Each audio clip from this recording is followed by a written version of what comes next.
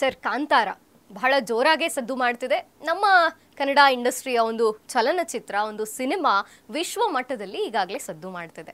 First Kantara ಕೂಡ ತುಂಬ ಚೆನ್ನಾಗೆ ಮೂಡಿ ಬಂದಿತ್ತು, ಜನ ಇಷ್ಟಪಟ್ಟಿದ್ರು.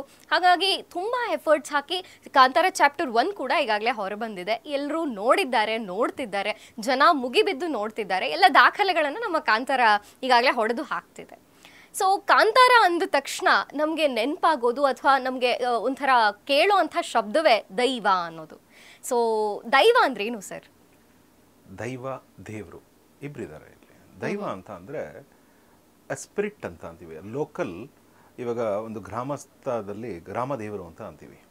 ಒಂದು ಊರು ಲೋಕಲ್ ಪೀಪಲ್ ಒಂದು ಆರಾಧನೆ, it may be Annamma, Yellamma, Maramma, ಆ ಥರ ಈ ಒಂದು ಮನುಷ್ಯ ಆ ಒಂದು ಸ್ವರೂಪ, ಡಿವೈನ್ ಮ್ಯಾನಿಫೆಸ್ಟೇಷನ್ ಅಂತ ಏನಂತ ಕರಿತೀವಿ, ಅದ್ರದ್ದೊಂದು ಸ್ವರೂಪ, ಆಕಾರ, ಅದ್ರದ್ದೊಂದು ಶಕ್ತಿ, ಒಂದು ಪ್ರೆಸೆನ್ಸು.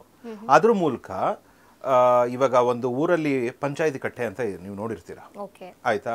ಸೊ ಊರಲ್ಲಿ ಲಿಟಿಗೇಷನ್ಸ್, ಇವಾಗೇನು ನಾವು ಪ್ರಾಪರ್ಟಿ ಲಿಟಿಗೇಷನ್ಸ್ ಅಂತೆಲ್ಲ ಅಂತೀವಿ, ಆ ಕಾಲದಲ್ಲಿ ಜಮೀನು ಕಬಳಿಸುವಂಥದ್ದು, ಯಾರಿಗೆ ಶಕ್ತಿ ಪ್ರಬಲವಾಗಿರುತ್ತೆ ಅವರು ಕಬಳಿಸ್ತಾ ಇದ್ರು.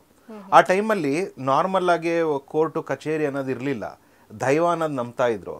ಒಬ್ಬ ಮನುಷ್ಯ ಯಾರಿಗೆ ಇದು ತುಳುನಾಡು ಕಡೆ, ಮಂಗಳೂರು ಕಡೆ ಆಗಿರೋ ಘಟನೆನೇ ಈ ಪಂಜುರುಳಿ ಆಗಿರ್ಬೋದು ಅಥವಾ ಗುಳಿಗ ಆಗಿರ್ಬೋದು, ಇವರೆಲ್ಲ ಬಂದಿರುವಂಥದ್ದೇ ಆ ಭೂಮಿಗೆ ಹೋರಾಟ ಮಾಡಿರುವಂಥದ್ದು. ಈ ಸಿನಿಮಾದಲ್ಲೂ ಕೂಡ ನಮಗೆ ಕೊನೆಗೆ ಅರ್ಥ ಆಗೋದೇನು ಅಂದರೆ, ಧರ್ಮ ಅಧರ್ಮ ಅಂತ ಏನಿದೆ, ಇವಾಗ ಕೆಳಮಟ್ಟದ ಜನ ಅಂತ ಏನು ಕರೀತಾರೆ, ಅವರಲ್ಲಿ ಎಷ್ಟು ಪ್ರಬಲವಾದ ಶಕ್ತಿ ಇದೆ, ಎಷ್ಟು ದೈವ ಶಕ್ತಿ ಇದೆ ಅಂತ ಈ ಸಿನಿಮಾ ಒಂದು ತೋರಿಸುತ್ತೆ.